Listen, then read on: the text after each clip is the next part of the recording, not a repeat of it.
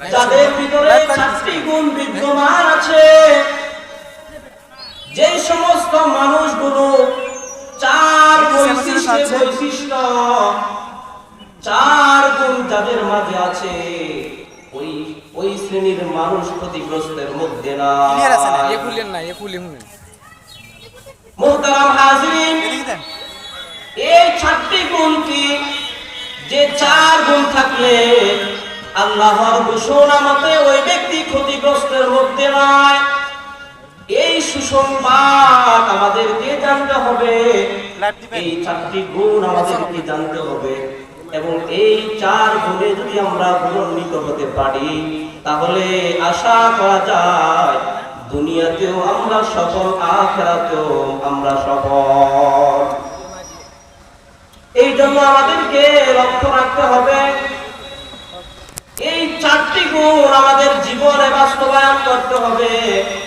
ব্যক্তিগত জীবন থেকে নিয়ে শুরু করে সামাজিক জীবন, পারিবারিক জীবন, রাষ্ট্রীয় জীবন, আন্তর্জাতিক জীবন, রাজনৈতিক জীবন, অর্থনৈতিক জীবন, অর্থাৎ মানুষের সব জায়গায় সর্বস্তরে যদি এই 4 গুণে গুণান্বিত হতে পারে, তাহলে আশা করা যায় আল্লাহর ঘোষণা মতে ওই শ্রেণীর মানুষ ক্ষতিগ্রস্তের মধ্যে নয়।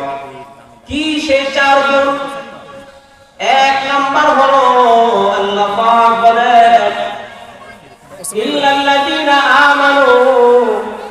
4 গুণের 1 নাম্বার গুণ হলো ঈমান। 4 গুণের 1 নাম্বার গুণ হলো ঈমান। শুধুমাত্র একটি গুণ নিয়ে যদি আলোচনা করা যায় দীর্ঘ সময় দরকার। মুহতারাম হাজরিন, যেই 4 গুণে আমাদেরকে গুণান্বিত হতে হবে, 1 নাম্বার হলো ইল্লাল্লাযীনা আমানু, যারা ঈমানদার, ওয়া আমিলুস সালিহাত, এবং যারা সৎ কাজ করবে, সৎ কর্ম করবে, আমল সালেহ করবে। 3 নাম্বার হলো ওয়া তাওয়াসাউ বিল হক, যারা হকের উপর থাকবে, মানুষকে সৎ কাজের উপদেশ দিবে, সৎ কাজ করবে এবং হকের উপর জীবনকে পরিচালনা করবে। ওয়া তাওয়াসাউ বিস সাবর। 4 নাম্বার হলো তাদেরকে ধৈর্যশীল হতে করতে হবে।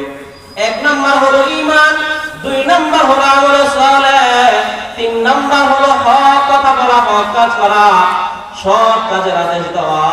4 নাম্বার হলো সবর করা, ধৈর্য ধারণ করা। নিজের জীবনে ঈমানদার হতে হলে তাকে পরীক্ষায় উত্তীর্ণ হতে হবে। যে কোনো পরীক্ষায় যদি উত্তীর্ণ হতে পারে, ধৈর্যশীল যদি হতে পারে, তাহলে যে কোনো পরীক্ষায় তাকে উত্তীর্ণ হতে সহযোগিতা করবে। এই জন্য আমাদেরকে এই 4 গুণে যদি গুণান্বিত হতে চাই এবং এই 4 গুণে গুণান্বিত যদি হতে পারি, মহান রবের ঘোষণা মতে আমরা দুনিয়ার মধ্যে ক্ষতিগ্রস্তের দৃষ্টির মধ্যে থাকবো না। আমরা সফল, দুনিয়াতে সফল হব, আখিরাতে সফল হব। এই জন্য আমরা সবাই এই 4 গুণে গুণান্বিত হওয়ার জন্য চেষ্টা করব। মুহতারাম হাজিরিন,